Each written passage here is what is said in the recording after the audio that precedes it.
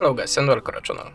Today I'll show you how you can perform a reverse Google image search on your Motorola G23.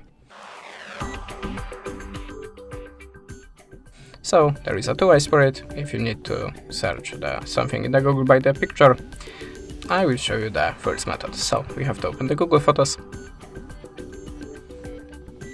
choose the photo that you want to search in the Google. I will choose something from the screenshots, like this one, and now just click here on this Google Lens icon. And now Google looking automatically for similar or the same photos. But if the Google Lens doesn't work for you, or you just do not using that feature, you can also do it by the web browser. So we have to open the web browser, of course, go to google.com.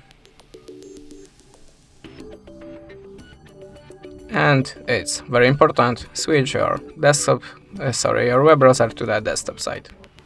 Then tap on this little camera icon and choose upload a file. Add the permissions again to the gallery, and like before, look for the image that you want to search. Again the same, and click done. And like before, the Google looking for the similar photos. That's it. Thanks for the watching, leave us a subscribe or a comment, and goodbye.